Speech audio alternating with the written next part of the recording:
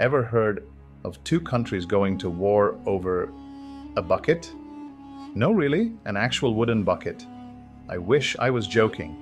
But buckle up, because history is about to get unhinged. From pastry-related tantrums to the world's most aggressive soccer match, today we're diving into the most ridiculous reasons wars were ever fought. And trust me, you're going to be shaking your head the whole way through. Let's start with medieval Italy, because nothing screams peace and diplomacy like two rival city-states fighting over a bucket. So here's the tea.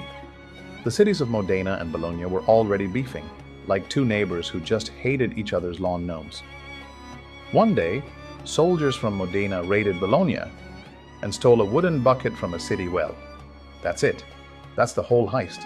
Bologna was so offended they declared war over a bucket. The battle cost lives lasted over a year, and Modena still has the bucket on display, like some kind of passive-aggressive trophy. Honestly? Petty? Yes. Iconic? Also yes. Next up, France got hangry. In 1832, a French pastry chef living in Mexico claimed that Mexican officers trashed his shop during a riot. 4 years later, the French government used it as an excuse to invade Mexico. Yeah. A war over croissants and hurt feelings. France demanded 600,000 pesos for damages. Mexico said, nah. So France sent in warships, bombed a fortress, and kicked off what's now known as the Pastry War. Because obviously, if someone messes with your danishes, you bring cannons. This one sounds like the plot of a badly written sitcom. In 1925, a Greek soldier chased his dog across the border into Bulgaria.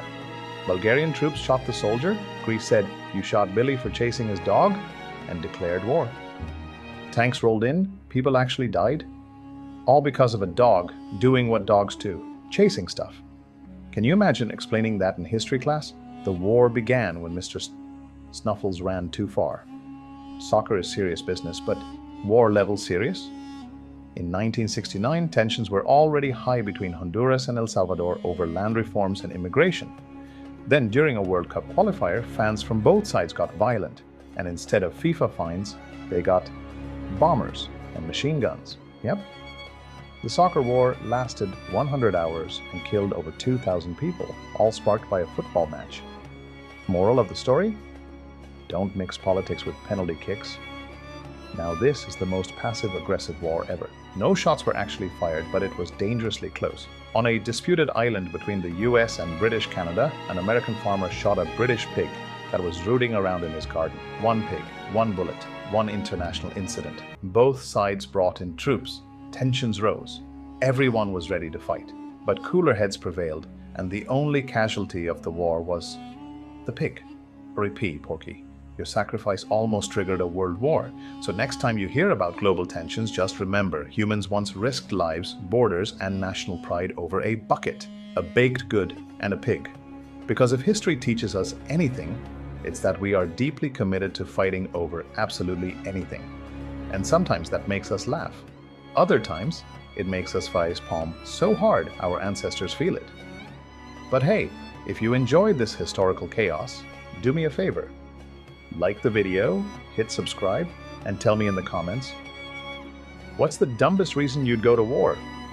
For me, it's someone touching my fridge unforgivable. Also, I'd love your feedback. Let me know what you liked, what I can improve, and what weird corners of history you want to explore next.